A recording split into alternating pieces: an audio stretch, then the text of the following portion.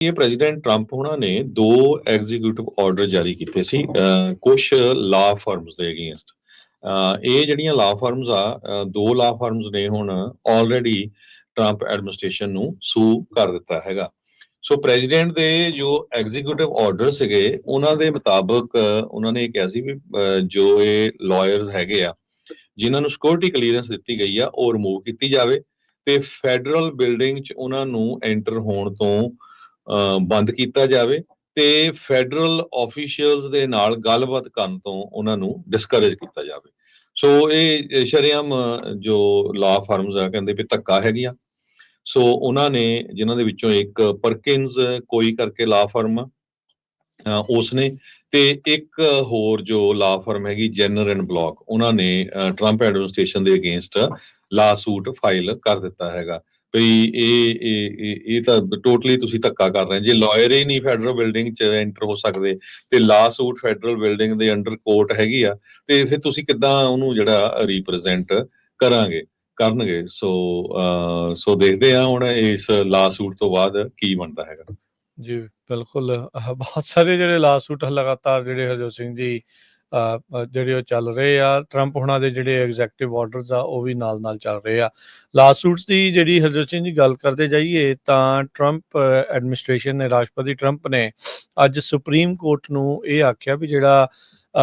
Federal ਜੱਜ ਬੋਜ਼ਬਰਗ ਨੇ ਡੈਪੂਟੇਸ਼ਨਸ ਦੇ ਉਲਟ ਬਲੌਕ ਲਾਇਆ ਆ ਵੀ ਉਸ ਦੀ ਸੁਣਵਾਈ ਲੈਣ ਤੇ ਉਸ ਦੇ ਉੱਤੇ ਸਾਨੂੰ ਜਿਹੜਾ ਉਹ ਫੈਸਲਾ ਦੇਣ। ਬੋਜ਼ਬਰਗ ਦੇ ਫੈਸਲੇ ਤੋਂ ਬਾਅਦ 'ਚ ਟਰੰਪ ਪ੍ਰਸ਼ਾਸਨ ਆ ਉਹ ਅਪੀਲ ਕੋਰਟਸ ਦੇ ਵਿੱਚ ਗਏ ਸੀ, ਜਿੱਥੇ ਅਪੀਲ ਕੋਰਟ ਨੇ ਵੀ ਡੈਪੂਟੇਸ਼ਨ ਦੇ ਉੱਤੇ ਰੋਕ ਲੱਗੀ ਰਹਿਣ ਨੂੰ ਜਿਹੜੀ ਹਰੀ ਝੰਡੀ ਦੇ ਦਿੱਤੀ ਸੀ। ਇੱਕ ਦੇ ਮੁਕਾਬਲੇ ਜਿਹੜੀਆਂ ਜਿਹੜੇ ਜਸਟਿਸਿਸ ਆ ਉਹ ਉਸ ਦੇ ਵੱਲ ਨੂੰ ਆਏ ਸੀਗੇ। ਸੋ ਕਹਿੰਦੇ ਵੀ ਇੱਕ ਹੁਣ ਐਮਰਜੈਂਸੀ ਐਪਲੀਕੇਸ਼ਨ ਆ ਉਹ ਕੋਰਟ ਦੇ ਵਿੱਚ ਪਹੁੰਚਾਈ ਗਈ ਆ ਤੇ ਹੁਣ ਜਿਹੜੀ ਗਵਰਨਮੈਂਟ ਦੀ ਐਪਲੀਕੇਸ਼ਨ ਦੇ ਵਿੱਚ ਜਿਹੜੇ ਮੌਜੂਦਾ ਐਕਟਿੰਗ ਸੋਲਿਸਿਟਰ ਜਨਰਲ ਸਾਰਾ ਐਮ ਹੈਰਿਸ ਆ ਉਹਨਾਂ ਨੇ ਕਿਹਾ ਵੀ ਇਹ ਫੰਡਾਮੈਂਟਲ ਕੁਐਸਚਨ ਆ ਜਿਹੜਾ ਜਿਸ ਦੇ ਜਿਹੜੇ ਜਵਾਬ ਆ ਉਹ ਹੁਣ ਦੇਣੇ ਪੈਣਗੇ। ਵੀ ਸਵਾਲ ਇਹ ਆ ਵੀ ਜਿਹੜਾ sensitive national security related operation ਆ ਉਹ ਕਿੱਦਾਂ ਕੰਡਕਟ ਕਰਨਾ ਹੈ ਜਾਂ ਕੌਣ ਕੰਡਕਟ ਕਰੂਗਾ। ਇਹ ਹੁਣ ਜਿਹੜਾ ਆ ਸੁਪਰੀਮ ਕੋਰਟ ਇਸ ਦਾ ਨਿਤਾਰਾ ਕਰੇ ਵੀ ਕੀ ਇੱਕ ਫੈਡਰਲ ਜੱਜ ਦੇ ਕੋਲ ਅਧਿਕਾਰ ਹੋਣਾ ਚਾਹੀਦਾ ਕਿ ਸੁਪਰੀਮ ਕੋਰਟ ਜਿਹੜਾ ਉਹ ਦੱਸੇ ਵੀ ਕਿ ਰਾਸ਼ਟਰਪਤੀ ਜਿਹੜਾ ਅਜੇ ਵੀ ਇਸ ਚੀਜ਼ ਨੂੰ ਕਰ ਸਕਦਾ ਆ। ਜਿਹੜੇ ਕਨਸਟੀਟਿਊਸ਼ਨ ਕਹਿੰਦੇ ਆ ਜਿਹੜੇ ਸੋਲਿਸਿਟਰ ਜਨਰਲ ਉਹ ਕਹਿੰਦੇ ਵੀ ਸੰਵਿਧਾਨ ਸਪਸ਼ਟ ਆਨਸਰ ਦਿੰਦਾ ਆ ਵੀ ਪ੍ਰੈਜ਼ੀਡੈਂਟ ਦੇ ਕੋਲ ਇਹ ਪਾਵਰ ਹੈਗੀ ਆ ਤੇ ਕਹਿੰਦੇ ਵੀ ਇਸ ਰਿਪਬਲਿਕ ਕੋਲ ਹੋਰ ਚੁਆਇਸ ਜਿਹੜੀ ਅਫੋਰਡ ਨਹੀਂ ਕੀਤੀ ਜਾ ਸਕਦੀ ਹੈਗੀ। ਏਲੀਅਨ ਐਨੀਮੀਜ਼ ਐਕਟ 1798 ਸਨ ਦਾ ਹਰਜੋਤ ਸਿੰਘ ਜੀ ਜਦੋਂ ਲੜਾਈ ਦੇ ਦੌਰਾਨ ਵਰਤਿਆ ਜਾਂਦਾ ਆ, ਕੀ ਹੁਣ ਲੜਾਈ ਲੱਗੀ ਹੋਈ ਆ ਕੀ ਨਹੀਂ ਲੱਗੀ ਹੋਈ,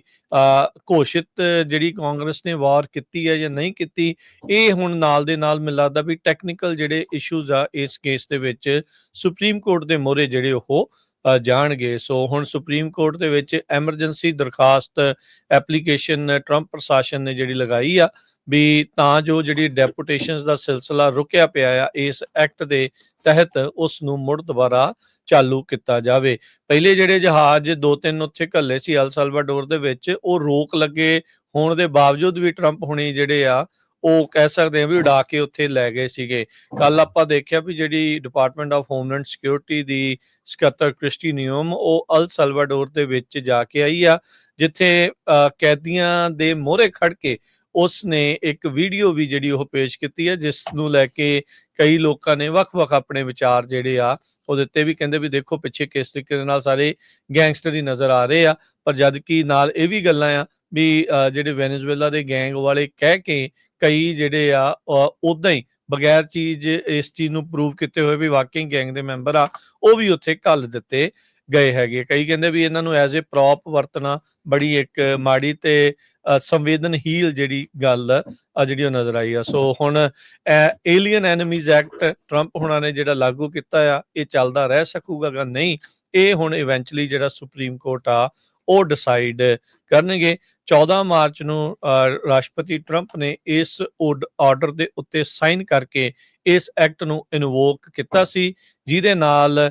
ਬਗੈਰ ਕਿਸੇ ਪੇਸ਼ੀ ਤੋਂ, ਬਗੈਰ ਜਿਸ ਦੇ ਉੱਤੇ ਦੋਸ਼ ਲੱਗੇ ਆ ਉਹਨੂੰ ਕੋਈ ਅਧਿਕਾਰ ਤੋਂ ਵੀ ਤੂੰ ਸਾਬਤ ਕਰ ਵੀ ਹਾਂ ਤੂੰ ਗੈਂਗ ਦਾ ਮੈਂਬਰ ਨਹੀਂ ਆ, ਉਹ ਮੌਕਾ ਜਿਹੜਾ ਉਸ ਤੋਂ ਖੋਹ ਕੇ ਸਿੱਧਾ ਜਿਹੜਾ ਉਸ ਨੂੰ ਡਿਪੋਰਟ ਕਰਨ ਦੀਆਂ ਜਿਹੜੀਆਂ ਕਾਰਵਾਈਆਂ ਦੇ ਵਿੱਚ ਟਰੰਪ ਪ੍ਰਸ਼ਾਸਨ ਕਾਲਾ ਸੀਗਾ।